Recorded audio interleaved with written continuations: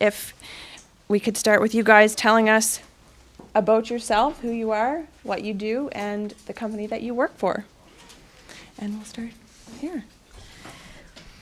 Good afternoon, everyone. My name is Michele Lowe. I'm actually a graduate of Mount St. Vincent many moons ago from the PR program. I currently work for Northwood Incorporated here in Halifax. It's a Northwood group of companies. For those of you who are not familiar with that particular organization, it's a not-for-profit organization serving seniors in Nova Scotia.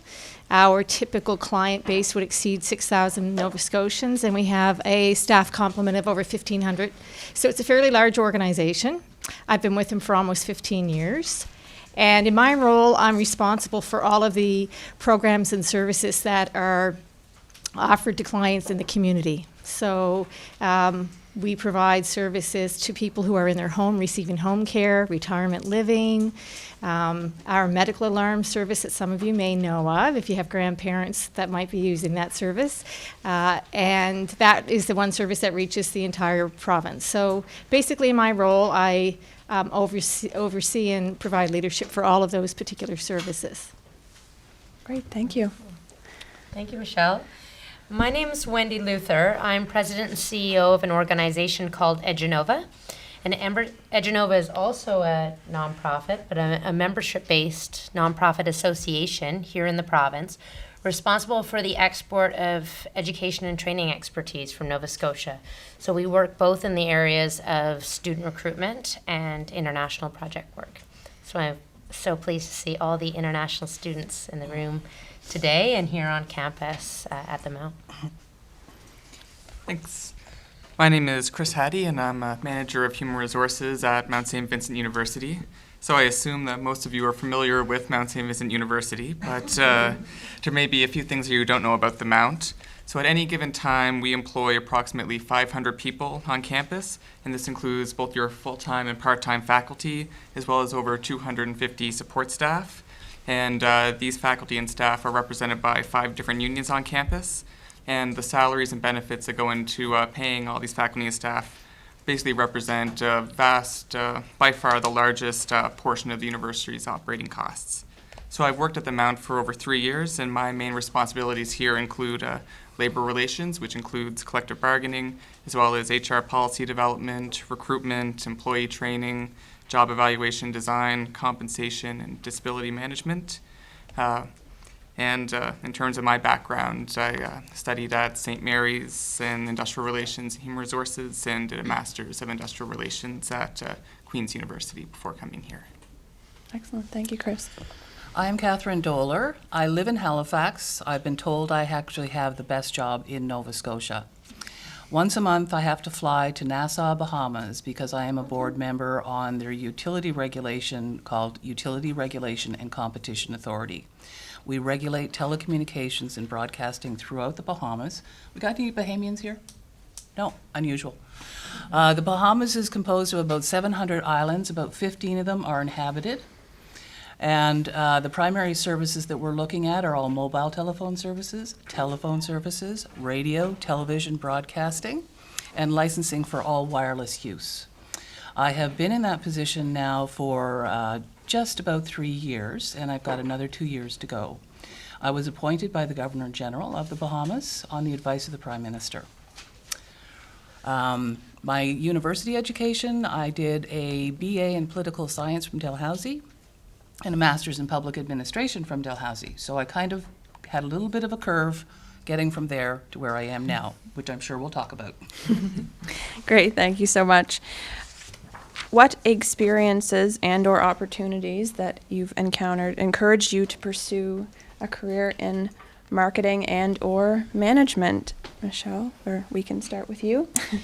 I knew this question, now I got to think of my answer. I started off from the Mount right into communications and marketing in my role.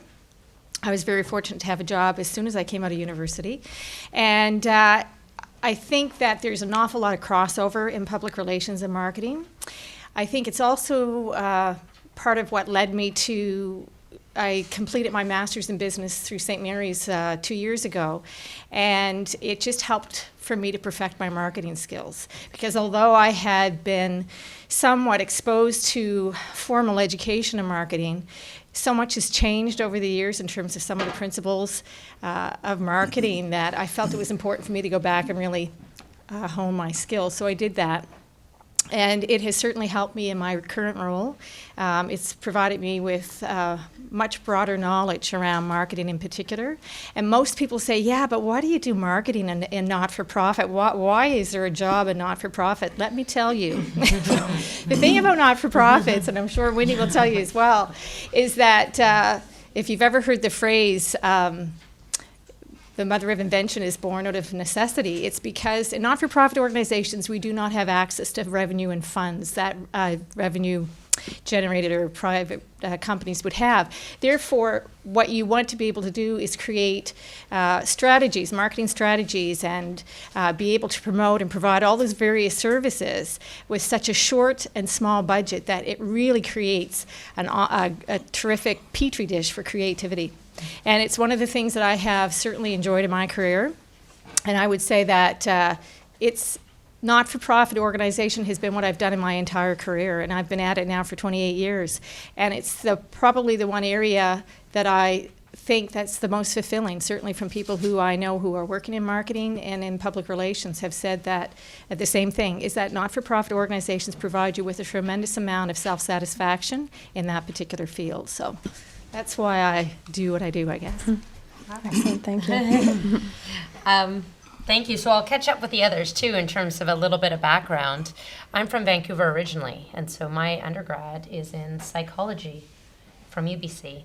And I constantly have these conversations because I work with the education sector and all the universities about pathways from studies. And even, if it's a bit of the current thinking, perhaps, that if you have a liberal arts degree, that it's challenging to get a job, or what's the next path. And as we were discussing this around my executive table and with my board, we realized almost all of us have liberal art degrees, and we all turned out all right and continue to find new paths. So when I was in university doing my undergrad, I was a sailing coach, and which was the best job I think will ever have, but maybe not sustainable long term. And I was also working at a store and was involved in a lot of outdoor adventure sports. And there was a magazine at that time in Vancouver called Coast, no affiliation here, that was a magazine for the outdoor adventure sport sector. And seeing it around and seeing it lying around, in university, thinking I would love to work for an organization like that because I'm passionate about the outdoors. That seems really fun. Anyway, long story short, in the meantime, I had gone back to school to do a PR certificate at BCIT, which is our community college in Vancouver. And from there, got a job in advertising with this magazine. Now, I guess for everyone who wants to separate marketing from sales, that's not always possible out there in the career world. And I had the interesting experience that how I thought my compensation was being described to me was not really what it was. And so after 2 or 3 weeks on the job, I realized that I was on straight commission, like ad sales, straight commission. And I freaked out. I lost, because I'd left a job I kind of liked for this and felt that I had been somehow bamboozled. So I asked my learned friends at the time, we're all about 22 years old, what they think I should do. And one said, well, just think of it like school. And if you do well, they'll even pay you for it. And that was some of the best advice I'd ever had, because it gave me the push to actually pursue it. And in the end, it ended up being way more lucrative than I thought it would be. But it's when we get down into, kind of advice or words of wisdom, for me, it would be taking risks earlier on in your career. It becomes harder and harder as you move on and you have more responsibilities in life to change tracks and take on jobs that you think may not be that lucrative or may not be, maybe is only a 3-month contract or you can't quite see where it's going. That's so much easier to do earlier in your career than further on. So I would encourage you to do that. And from there, I ended up moving to Halifax, and I had this dream to work in international business. And I had no business working in international business. None at all. I didn't have an underground business. I traveled around a lot. I'd spent a lot of time in South America. But through networking with the right people and sharing that was really my goal, I ended up getting a job at the World Trade Center in international business. And from there, that was the stepping stone I needed to get on the path of my own career, working in international business. So as a result, I've been very blessed to have worked in 20 countries and taken on more and more challenges to today. Excellent. Okay, Chris. Thanks. So when I first, finished my formal education, my first work experiences right out of school were still sort of research roles, working for sort of a research institution. And I kind of learned pretty quickly that what I really wanted was to get out of that environment and do something sort of more hands-on and get into a job where you're actually interacting with people as opposed to interacting with a computer for 8 hours out of the day. And I mean, human resources is obviously the type of line of work where that really does happen. It's the type of work where you're working with people all the time, and everything you do really centers around, the people that are in that organization. And so I think that HR, is a really sort of desirable, interesting field to get into, and that really appeals to a lot of people, largely because every day is different. It's such a large sort of area, a large profession. There's so many different components to it that every day you're doing something totally different, and really there isn't a set skill set where if you're an HR practitioner, you're handling this, this, and this. It really does involve the ability to problem solve and get your hands dirty in a whole range of different issues and get involved in using a whole bunch of different skills. And really you do get to interact and work with a lot of different interesting people because you're working with basically everyone across the organization. So the area of HR that's always appealed to me and what I did my education in was labor relations. And for those of you who aren't totally familiar with what that is, because it is a little bit kind of specialized, labor relations is basically everything that has to do with the relationship between an employer and a union. So that means negotiating collective agreements, handling any issues that come out of making sure that everyone's following that collective agreement, and dealing with specific issues such as any discipline or leaves or performance issues of employees who are covered by the agreement. And that the area of labor relations has always really appealed to me because it's very complex and very challenging, but it's also very rewarding. And I think if there's one thing that I really like about that field is that there's lots of opportunities to find new ways of doing things and to look, this is the way this has always been done for many years, and say, oh, I think I can actually put my own stamp on this and do something a little bit differently. And there's lots of opportunities for that, and it's something that's really rewarding, especially when you're new in your career, being able to kind of immediately make a mark and be doing things a little bit differently than the way people have always done them in the past. And I guess on a final note, of course, human resources can also be a very challenging field to get into. Some of the situations you deal with, the person on the other side, the employees, they're very personal to them, and you can be dealing with people when they're in a very sort of emotional or difficult point in time. So that ability to deal with what can be extremely sensitive and difficult situations is one of the core skills that you really need to have if you're at all thinking about getting into HR, particularly sort of the management side of it. So, thanks. Great. Katherine? So after I got my master's in public administration, I was very lucky to have gotten an internship position with the Nova Scotia government in a division called Communications Policy in the Department of Transportation and Communications. And it was just one of these summer things, like 3 or 4 months. And what it was doing is basically writing position papers to be submitted to the federal regulator, the CRTC, on issues of telecommunications or broadcasting. I found it really interesting the first time I actually attended a CRTC hearing, people were coming up to me and asking me if I was with the press, because at that time there were no women in the regulatory side. And that's when I realized, could be an opportunity here. I was lucky enough to be kept on full-time after my intern position finished, and I stayed there for 6 years. And then it became apparent that my boss wasn't going anywhere and I had nowhere else to go, so I left. And Maritime Tell and Tell, as they were called at the time, Alliant, hired me on the spot.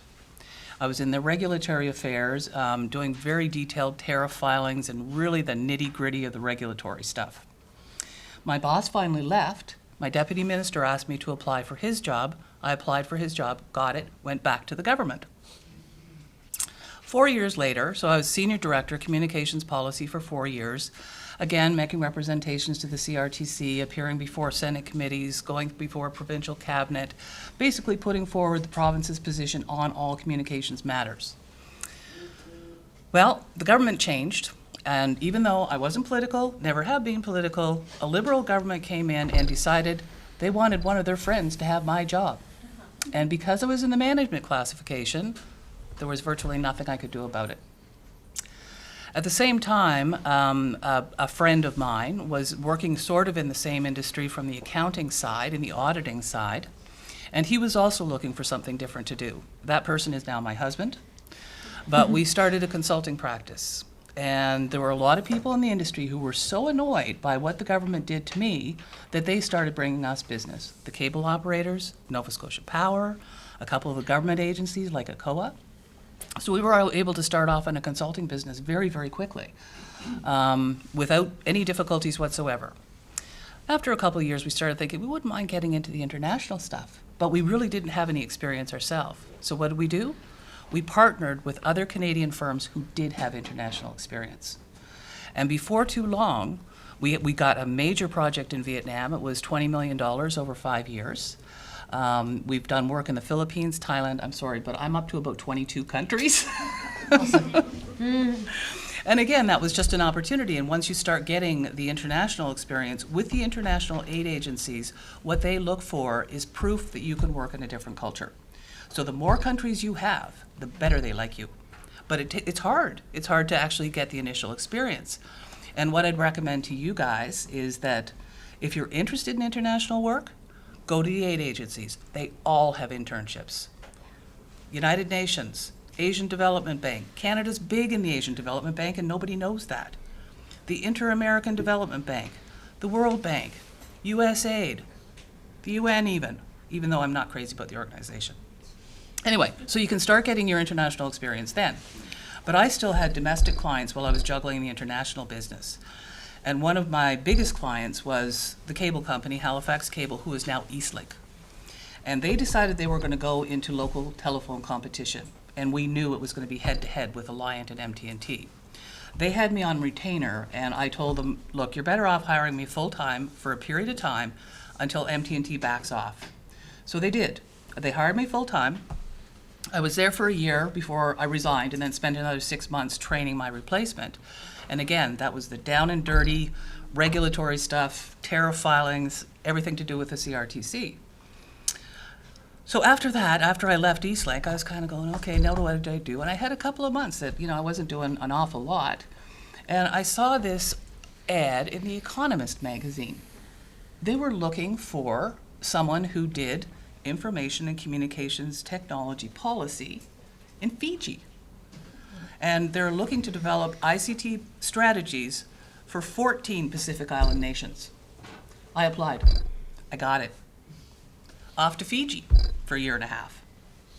And so again, it was just kind of like, oh, okay, that way. It was just the opportunities that came up. And then when I came back, I was just kind of around for a bit. And then again, I see this ad in The Economist, and it's for looking for a regulator in the British Virgin Islands. I applied, didn't get it. But the guy said, I love your resume, can I hang on to it? A year later, I get a phone call. We got somebody that wants you. And that was the government of the Bahamas. And that's where we are today. So really, what's happened to me is more a question of some bad luck, as in getting basically tossed out of my government job, which I thought was going to be my career, having to change, and then when the opportunities come along, don't hesitate. Take them. And like risk, push your limits. You think maybe you can't do it, well, give it a try. Mm-hmm. Great, thank you. So that definitely leads me to the next question, which is, what are the certain skills or attributes or training that you would suggest potential students coming into the field of marketing or management or leadership? What would you suggest that they have? Clearly adaptability and a good work ethic. So maybe if we could start with Wendy. Okay. Well, for me, it's the ability to take the opportunities when they come along and make and create opportunities for yourself. And if you're of that mind, it's hard to maybe imagine that other people might be that way. But I've seen it in my workplaces where the employer gives a certain opportunity for training or to take on a leadership role, and a whole bunch of the staff are like, why would I waste my time with that? Like, what's in that for me? So just being able to suck up all of the opportunities that come your way, taking that risk, and knowing, just like the previous story that we heard, is nothing is forever, and nothing is you can't take anything for granted, and that's okay. I just left 4 months ago a government job. It was probably maybe the best job in the world. I worked for Nova Scotia Business Inc., which is our province's economic development agency, and I loved it. I helped Nova Scotia service exporters primarily export their services, and was the representative for the World Bank and the Inter-American Development Bank for Nova Scotia. And again, all of those things, and it's not like every day in my job I was motivated, but when you get those nuggets, like, hey, there's no rep for the World Bank in Nova Scotia, I was like, wait a second, hey, pick me, like just making a few things happen as they come your way. And for me, I had become to a certain point in my career where I'd taken all this leadership training. My employer helped me with my executive MBA, which I did at St. Mary's. So at this point, I'm all educated up. I have a professional designation in trade. I have the undergrad in psych. I have a certificate in PR. I have an MBA, and then all these different leadership courses. But I could have maybe stayed in a government forever and ever and ever, but maybe not. Things also sometimes come to an end unexpectedly. And so for me, I took a leap and took a big risk in taking on a much more senior position, but in a smaller organization that is a nonprofit that has all those challenges and strains with it. But in terms of what people who I have seen in my life have been the most successful in pursuing areas where they're passionate about is declaring yourself and declaring to your networks and your friends and your contacts where you see your next step. Because I think that can be a challenge for any of us, regardless if you're 22 and just getting out of work, or 62 and maybe thinking of retiring, or anywhere in between. And that was certainly a challenge for me in my last role. I was loving it. I knew I had to do something else. But when friends and colleagues, and I worked with a lot of CEOs and businesses here, and they would say things to me like, Wendy, what are you going to do next? My neighbor is the CEO of Nova Scotia Power. I can hook you up, or our board. But I had no idea what to tell them. And in terms of, I knew I wanted something different, but I didn't know what that looked like. And so in terms of kind of skills that you can maybe take with you, or things that you can work on, is you don't have to when you declare yourself, it doesn't have to be, I'm declaring that I want to do X for the next 30 years, but I'm declaring that I think for the next 6 months or the next year, I want to work in X area. And I think you'll be incredibly surprised and heartened at how many people out there will help you on that journey. But if people are there to help and you don't know what you're asking for, or you can't communicate that well, then there's not too much that they can do to help you on your way. So that would be my kind of, and that's something that even now I have to remind myself of. Great, thank you. Chris? So in terms of training, I think the other panelists are right that the real answer is all of it, and constantly be trying to develop skills, basically committing to lifelong learning, and throughout your career developing new skills and staying current and taking on professional development opportunities. When it comes down to the stage where I assume most of you are at right now, which is, how do I get my first real sort of career-like job, that first big job? If there's one thing that I can kind of have seen be successful for people is, jobs are so competitive right now, that's really important to have a certain specialization. And if you probably noticed that everyone on the panel here have been successful because they have been able to carve out a niche, or to say that I'm an expert in an area where not many other people are experts in, to kind of make themselves unique and to bring some really specific and marketable skills to the table. So, what that means is probably having to continue on your education sooner than later, looking at various certificates, advanced diplomas, and graduate programs that are able to give you that sort of leg up on people. So, in terms of HR having a specialization, for me it was labor relations. Instead of going out and trying to be an HR generalist, for which there's, hundreds, if not thousands, of people in the city right now trying to get jobs as an HR generalist, is being able to say, look, I'm a specialist and I have some clear skills in the area of labor relations. It could be for you compensation, recruitment, health and safety, or if you're not into HR, I'm sure there's very similar specializations in lots of other areas depending on what your kind of focus is. The other thing to recommend is get involved in that whole casting a net and building a network. It's really getting involved in professional development opportunities as soon as possible, if not today, if you haven't already. It's not just about meeting people in the field and getting to know people that can be contacts. It's also about combining your academic education with something that's more practitioner-based. So, and in human resources, the training opportunities that are offered through our provincial association, the Human Resource Association of Nova Scotia, tend to be much more practitioner-based and much more on giving you, marketable skills. So having that combination of both a really good academic foundation and then some professional development, and if at all possible, professional designations to go along with that, are going to really help in terms of, putting together, a really successful kind of profile of yourself. Great. I think Chris pretty much said it all. If you're offered any kind of training, take it. When I first started in communications, I had to know the ins and outs of the equipment and how it was used. I don't necessarily have to know how to build a switch, but I certainly have to know what the component parts are so that I can actually talk about it intelligently. So take whatever training is possibly offered you. We're doing actually performance evaluations in the Bahamas on our senior executives right now. And we have one gentleman, he's second in command, right, no Bahamians here, who's got about 15 years experience in regulatory. And when we ask him what he wants to do for training, he says, I don't need any. That's crazy. I've been in the business for 30 years, and if you offered me training right now, I'd take it in a second. And I'd give you 5 different courses that I wanted to go on. I guess there's 2 parts of that. Always take whatever training you can get. And second of all, know what you don't know. And don't be afraid to admit, I need training. Yes, I'm not very strong in this. Nobody's strong in everything.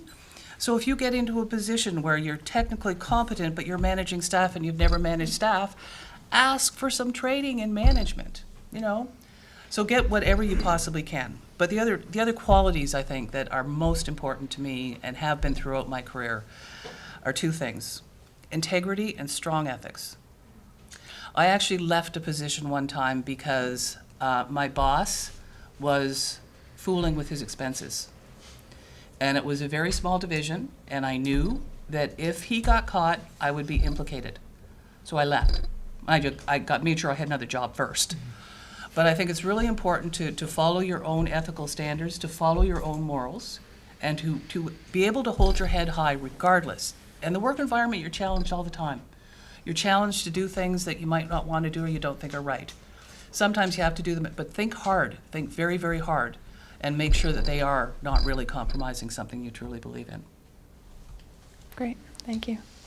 Well, gee, I think my colleagues here have summed up just about everything that I feel too in terms of skills. I love marketing, and I absolutely love consumer behavior. And one of the things that I would suggest that you absolutely need to have in terms of a skill for that particular field is you really have to be open-minded, and you cannot make judgments around what you think the consumer is going to do.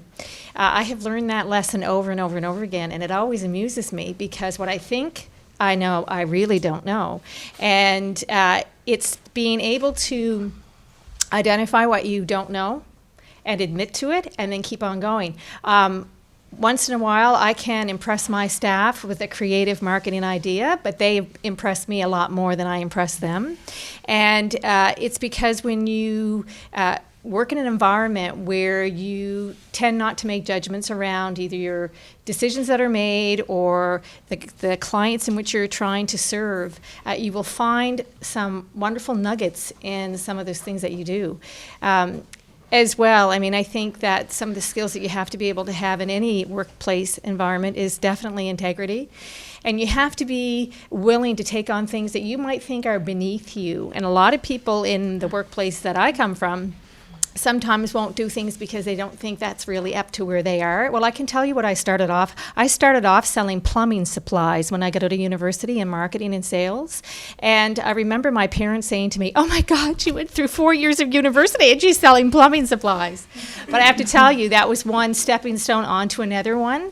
And it absolutely is so important that when an organization, the company that you work for, asks for volunteers within the workplace to sit on committees, sit on committees. Because those individuals in our organization who have taken that leap and have done that, they're frontline staff, and we're thinking, oh, they wouldn't want to do that, and they do it. They become our shining stars, and they become the people that we want to invest in terms of their succession planning.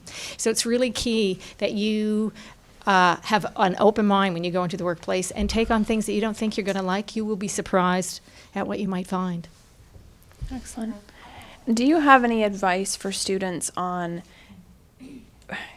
gaining a balance between taking on those things in order to make those connections and get ahead as to doing what you know you can actually do well without spreading yourself too thin, I guess, striking a balance between what you feel comfortable doing and what perhaps is expected of you or what others may think you should do?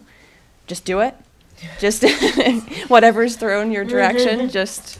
I think from what I've seen, certainly in my own career, and definitely what I've seen and witnessed with other people, is that those individuals who want to take on something and who do it well are typically those who admit right from the very beginning that I'm not really sure how well I'm going to do, but I'm willing to do it. It's the willingness to take on a task that is absolutely critical and being open about it, that you might not know what you don't know, but you're willing to try. The ones who fail miserably are those individuals who come in with it with their ego intact, and they want everybody to think that they know exactly what they're doing.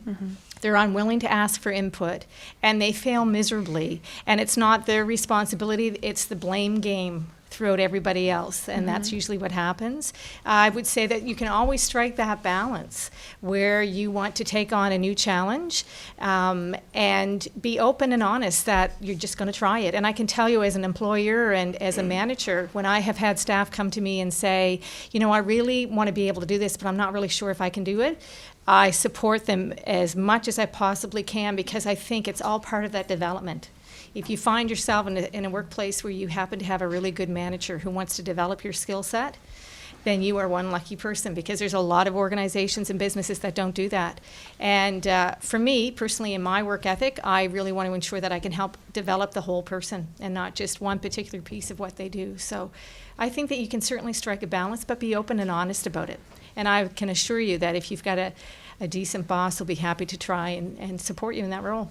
Excellent. Does anyone else have anything to add to that? Maybe to add to Michele's comments, I mean, as you go through your career, you become more of a expert, and I use that word really loosely because I think none of us are, all of us meaning, there's only, you know, a tiny handful of experts in this world. It's all a continuous process of learning, but to develop competencies in the area where you've chosen to work, like Michele is saying, a lot of that, you'll surprise yourself. The more you take on, the more you interact with your sector, the more you take on opportunities within, if your sector has associations or ways to network, the more that each year goes by, you'll realize, sometimes without even knowing it, that you have developed a great deal of competency in a certain area. And you might find that, as you know, I did as I progressed and then applied for different jobs as I moved on. going from when I first entered this field to really, really lucky break. Like, I basically got hired because I had a bit of a marketing background, and my employer was planning a very big conference. And because I'd traveled. They were just like, you've got some personal experience that might fit. That was a real lucky break. But then as I moved on, the next job I applied for, it was my biggest client. And so I thought, wow, if anybody else was in that interview, how would they even answer those questions? Because when you start to work in an area so intimately, you realize you take for granted the information that you have, and that just builds. And a big part of that is, getting on those committees, understanding broader networks within the organization that you work with, maybe making linkages with people in other departments, and pretty soon you'll be a expert for what you're doing. And then when you're looking to make, take on more challenges or make a move, you'll have all these things to offer. And some of those you'll surprise yourself when you start actually putting pen to paper, doing up your CV. You'll realize, wow, I really do know something about this. It's exciting. Excellent. Anyone else add any? Okay. And for those in here interested in a career in marketing or management, do the organizations that you folks work for offer co-op or part-time or summer employment for students? And if they do, could you speak to that a little bit? Maybe Chris, we'll start with you. Sure. Yes, so obviously the Mount has a co-op program, and many of the departments on campus actually hire Mount co-op students. I believe you might be one of them. I am, yes. So, yeah, and it happens, I know, right across campus. Basically, we're a big organization that's always trying to find ways to stretch $1. Anyone who's familiar with the Mount knows that very, very well. And taking advantage of some of the opportunities like co-op really can be very beneficial. So I know our IT department, as an example, often bring on people from the community college programs. We're, I think, looking at hiring someone from the Mount Co-op program actually this summer in HR. Again, business hires people. Public affairs constantly has one of our co-op students on staff basically at any given time. So yeah, and obviously as students, there's also lots of student employment opportunities on campus that can very easily turn into further employment. I know, some of the people that are currently working as student recruiters full-time started off kind of as student liaisons working out of the student recruitment office, and there's lots of opportunities like that. It never hurts. And basically, the hardest part of kind of getting to where you want in an organization is getting your foot in the door. Once you've kind of gotten yourself into an organization, there's going to be lots of opportunities for sort of developing reputation, making a name for yourself, and kind of finding development opportunities. So yeah, co-op is such an excellent opportunity. As an example, I first met my current boss actually when she was working at the CBC through a kind of student employment opportunity there, and we both went our separate ways at the end of that fellowship. And then a few years later, we actually ran into her at a bar. She mentioned there was a maternity leave position open at the Mount. I applied for it, got that job, and then moved into a permanent job following that mat leave. So yeah, it never hurts to make the connections that you get out of a co-op opportunity. Great. And Katherine? No, I'm sorry, no co-op opportunities in the Bahamas. But like I say, any of you interested in the international field, do look up the aid agencies. Canada is a big player in almost all of them. And I actually suggested to my niece, who was living with us doing her undergraduate at Dalhousie, that she apply for a CETA internship. She got it. There's a lot of them going around. And now she's working full-time up north, making oodles of money. So yeah, look at the international aid agencies. They have good programs. Great, thank you. At Northwood, we absolutely do.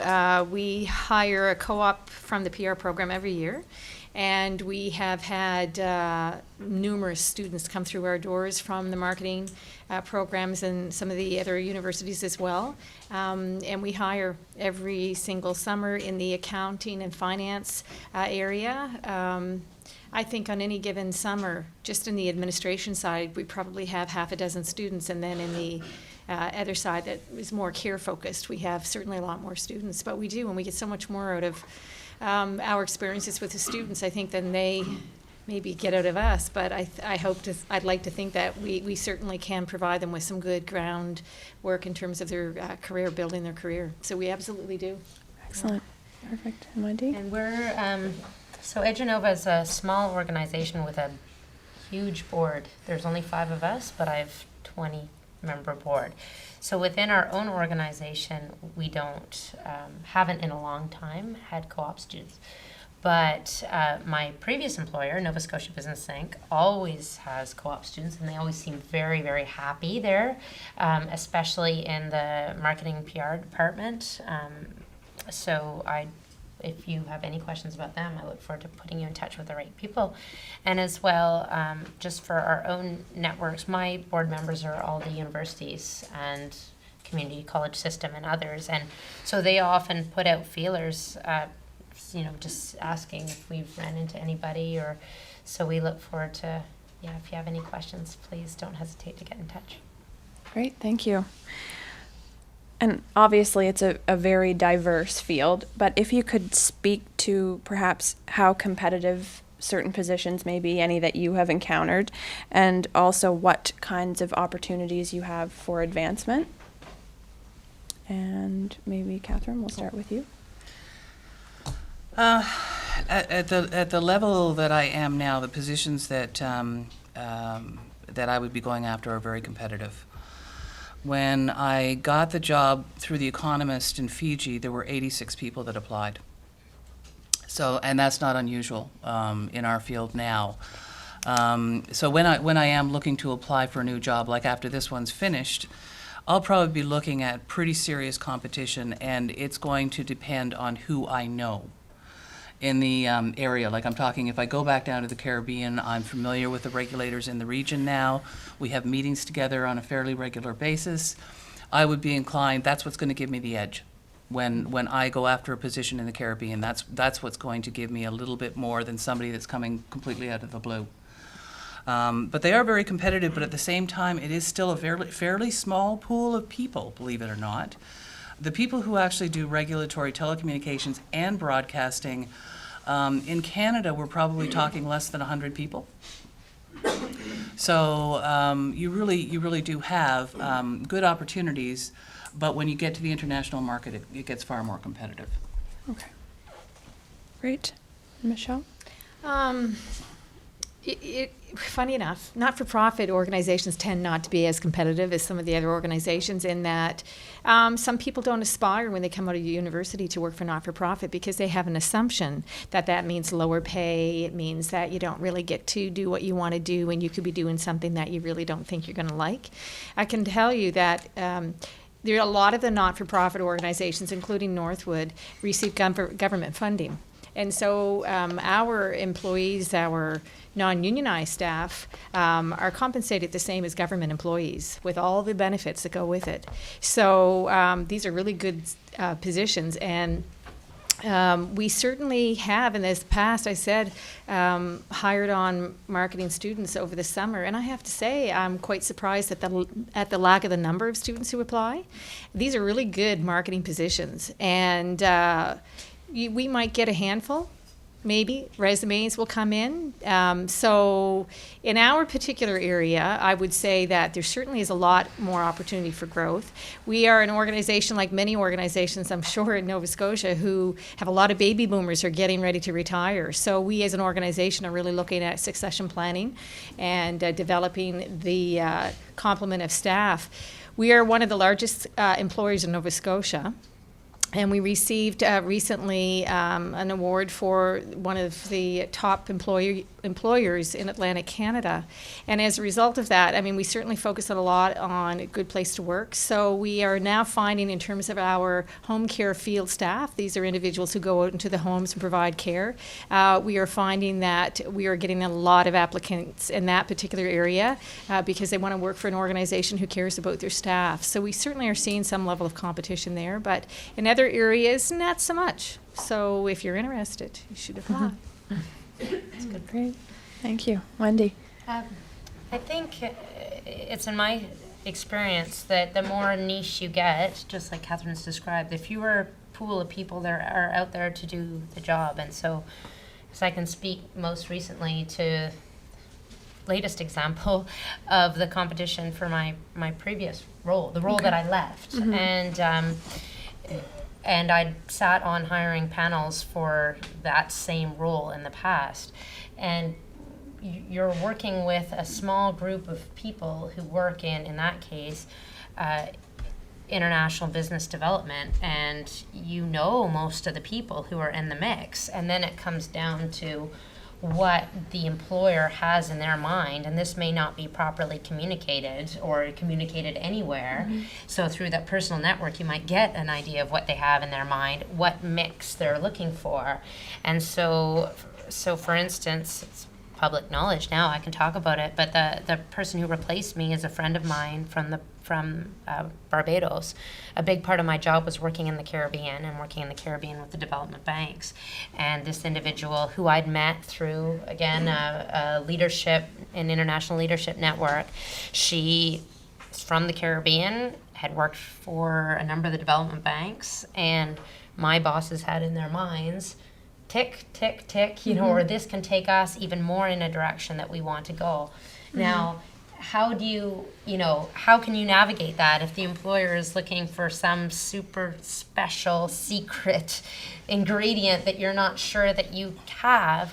Well, if you are looking to work again in international business, playing up your international linkages is hugely beneficial. So I've worked quite a bit in the UAE and the GCC in general. You know, when we're looking at hiring someone, my director of projects is a native Arabic speaker. It is hugely helpful for us. And so, you know, to just remember that some things that you may take for granted because it's just who you are, what, you know, your own cultural background or otherwise, or language background, that even in a very competitive environment can help you stand out because you bring something to the table that nobody else has. You know, I should ask my board chair what happened in this latest competition where I took on this new role.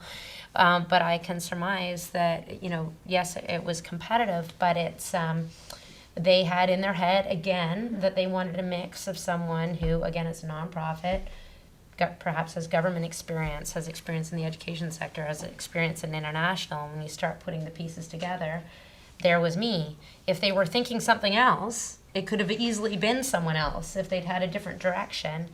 As you know, I just might not have been the right pieces for the puzzle. And so, you know, and you are what you are. And in that competition, I said I had to put together a presentation on vision, and on my vision for the organization, and I knew the organization very well.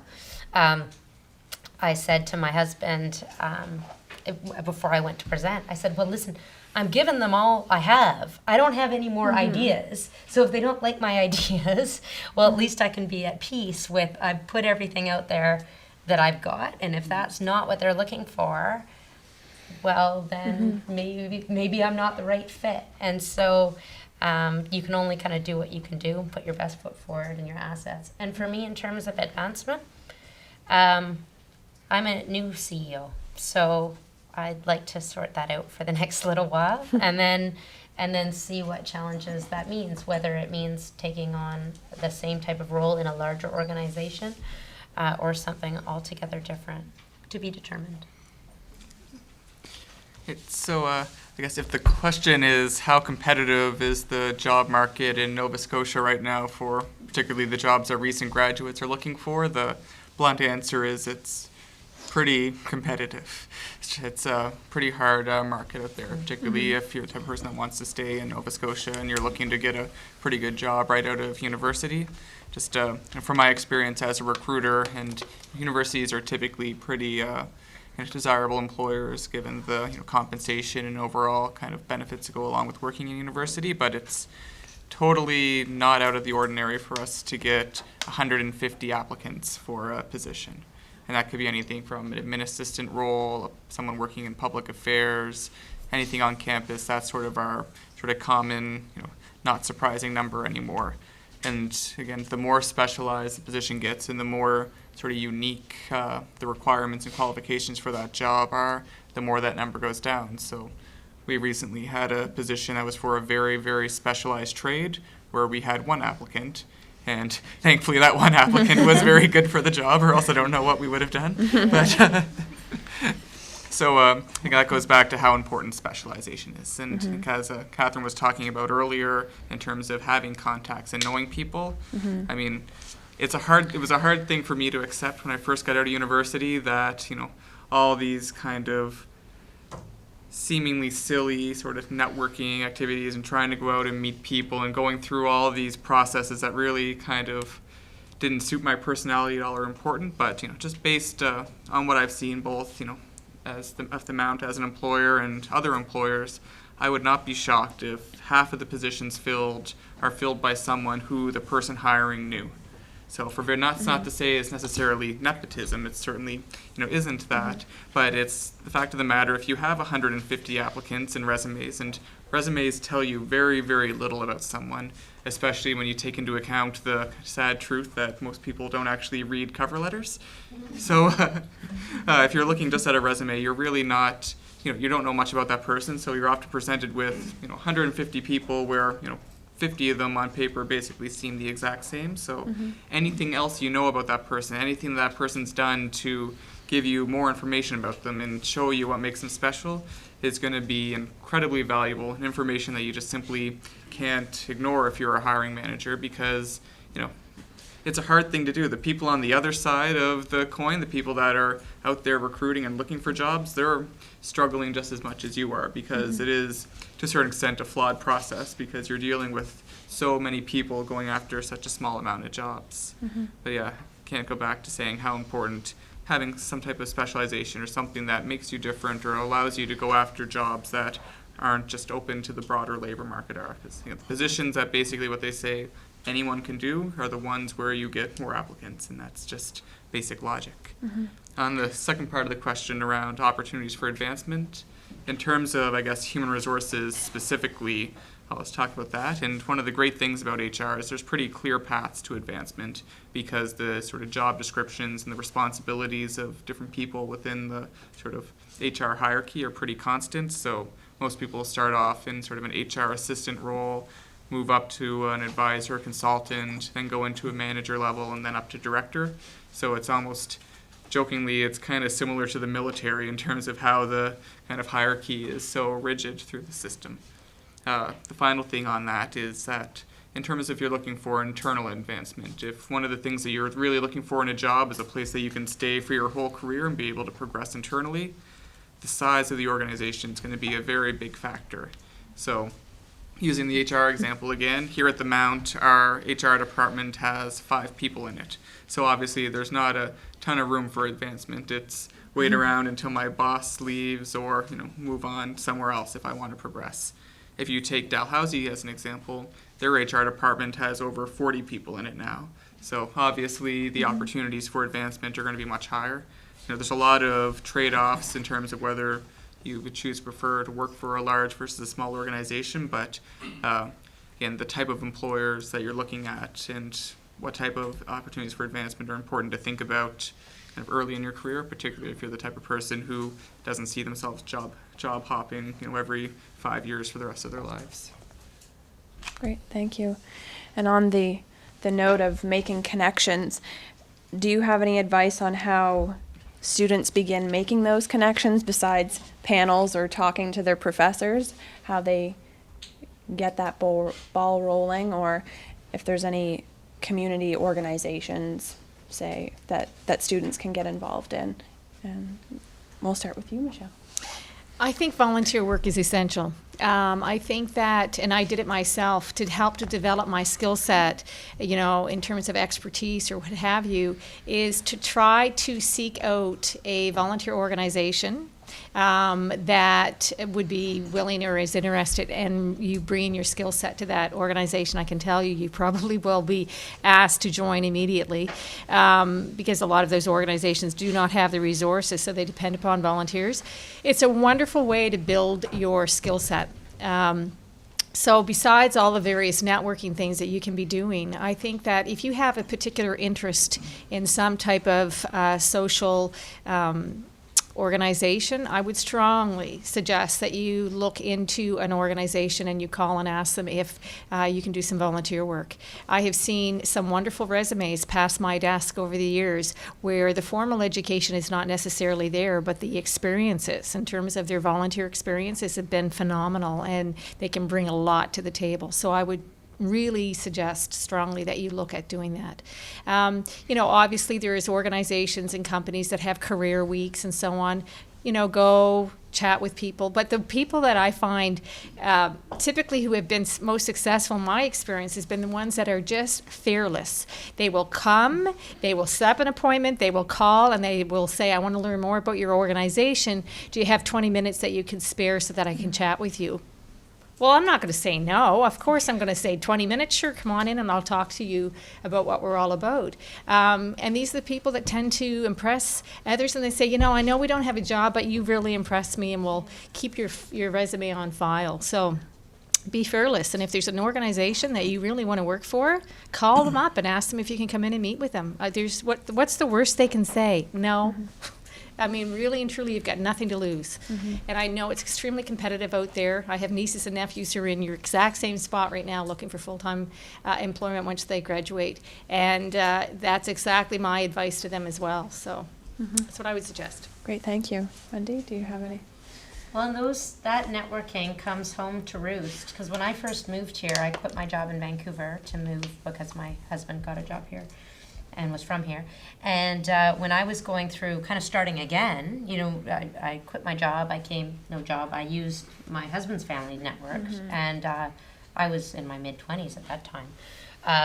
And opportunities where, just like you're saying, Michele, people I'd met with everybody I could, and they would say, well, we don't really have anything, but thank you. I was getting calls like 3-4 months later. By then I was working with Trade Center, it was fine, but just planting those seeds. Volunteering, obviously is a big piece.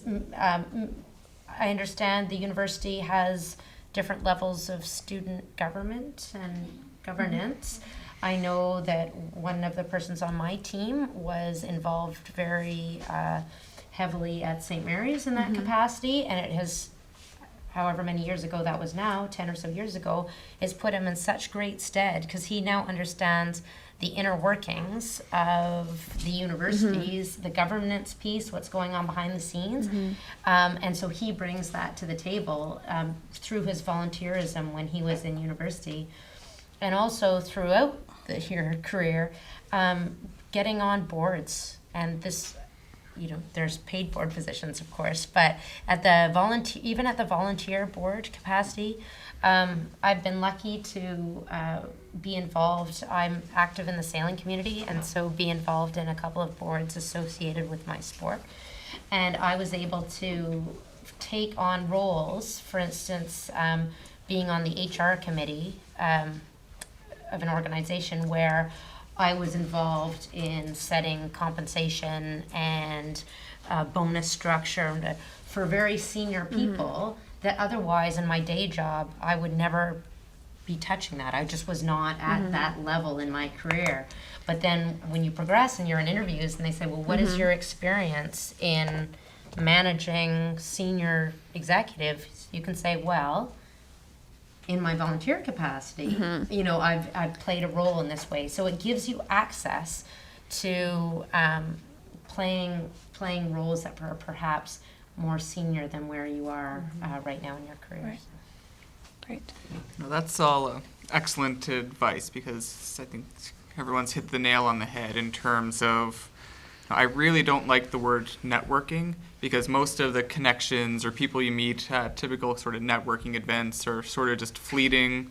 We met each other, we said hi, we shook hands, maybe I got your business card and threw it in a drawer, never to be seen again.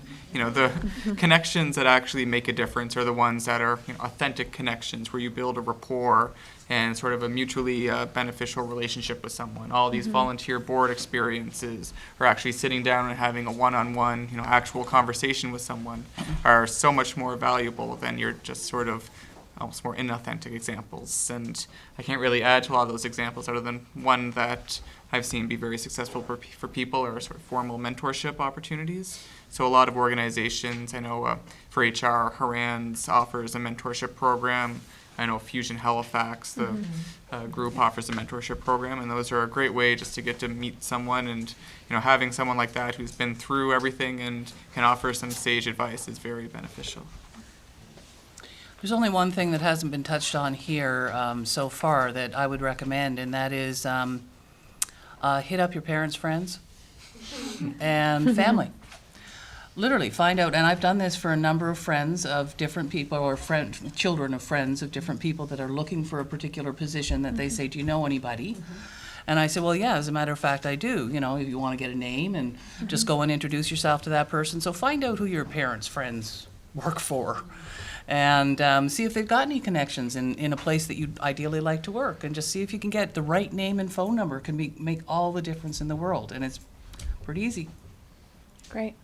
And then quickly, just general advice or closing comments, wise words that you would like to share with the group. Don't be disappointed if you don't get your dream job in the first 6 months. That would be my biggest advice to you. Be open, and I think I said it earlier. Don't be afraid to take on a job that you think might be beneath you. You're well educated, you're coming from a fantastic university, and you really feel as though you should be able to get that job. And not only should you not get your perfect job, you should be able to be in a management role 6 months later. You have to be realistic about what's out there. I can tell you, many of us who are in those roles, we've worked hard to get to where we are. It's a process that you have to go through, and be patient. Be patient with the process. It will come to you. If you do all the right things, it will come to you and it will pay off. And you may find yourself in a job that you didn't expect and you don't know why, but just go with it, because it's going to open the door to some other opportunity that you might not have thought of. I love it. I'm gonna take that with me. That's good. And this has been touched on, or I've mentioned it earlier, is that taking the risk. Because it is so, it's not that the older you get and the longer you've been working, it's not that you can't change things up. You absolutely can. But there's other factors in your life, like all the worldly goods you've collected and dependence and all these other things that make those decisions a little bit harder. So if there was one thing, like looking back when I was fresh out of university, would be, why did I take things so seriously? Why did I think if I didn't have this job by the time I was 23 and a half, I would have failed? Because it's a long journey, and it doesn't stop. You'll find you get the dream job, and then in some time you'll think, okay, I've grown, what's next?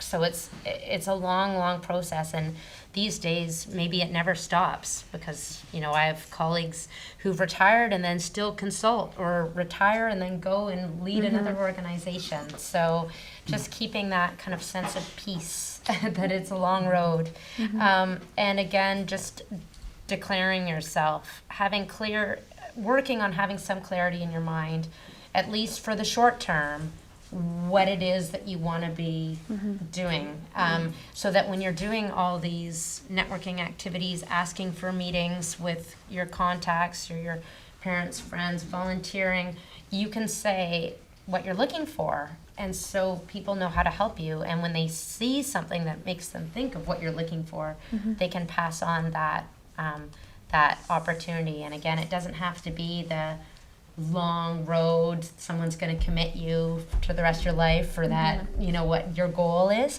but at least it will really help you take the next step. Great.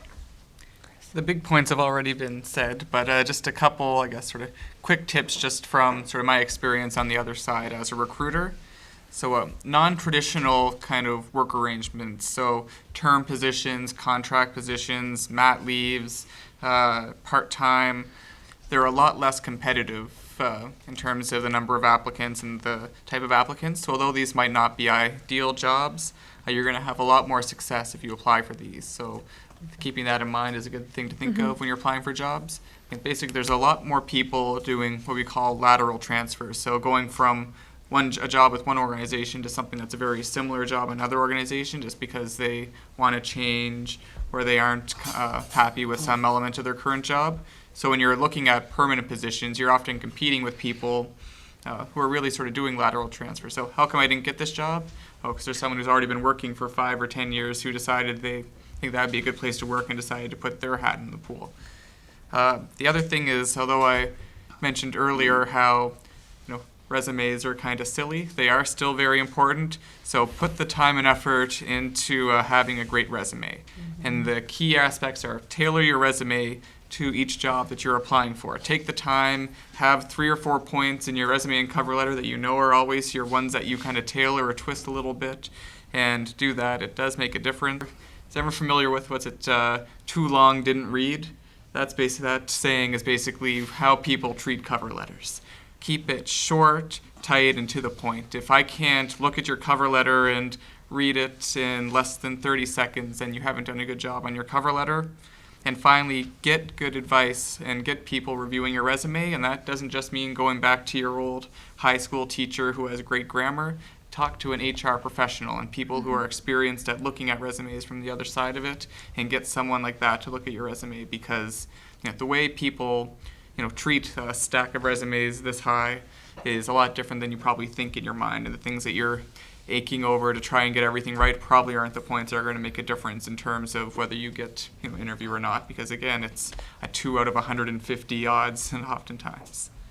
And there's a couple points just in terms of once you get into the field, once you start working, how do you kind of start building a career?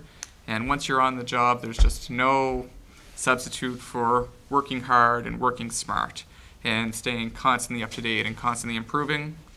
And the final point, which I think I've jotted it down thinking mostly for HR, but I think it applies to everyone, is your influence as a professional doesn't come from how long you've been on the job or having a certain credential or being in a certain role. Your influence always comes from the reputation you build for yourself and the respect that others have for you. So putting the time and effort in your job early on, to getting to know the other people in your organization, building good internal connections, and just building your own reputation internally is the most valuable thing you can do in terms of starting somewhere and then hopefully progressing on through. Mm-hmm. And just to speak to the resume and cover letter piece, being a co-op student myself, I know that the co-op office here does a great job at helping you prepare those things. So for any of you out there thinking about that, definitely, if you're thinking about co-op, they do an excellent job at preparing you. Chris is right. The big issues have been covered. I'm going to give you 2 little ones. They're big. One of them is a big one to me, and that is, don't wear any kind of perfume or scent or cologne or anything to any interview you ever go to or into any workplace. There are far too many of us of my age, who are the ones who are doing the hiring now, that can't tolerate perfume. And I can tell you, I see the university has this policy. I can tell you right now, sitting in this room, there's not 100% compliance. Mm-hmm. And in fact, it's a lot shorter than that. That's one. Secondly, if you cannot express yourself in writing well, take the time to take a course and make sure that you can write really well. Because I don't care what discipline you're in. If you can express yourself on paper, you are going to outshine the most basic person. Great, thank you. And last but not least, if students want to either find out more about you guys or your organizations, just visit the websites, or your websites, okay? And maybe if you just want to shout those out so people know where to visit and what to. Just www.nwood.ns.ca. That's our website. www.EduNova, that's EduNova.ca. I think everyone knows our website. It's actually MSVU.ca, but that /careers will bring you right to the HR section of the website. I actually don't know my website address. I always Google it. If you Google the initials URCA, it's going to come up with Urca Bahamas. Great. Thank you so much, you guys, for joining us this afternoon. We really appreciate it.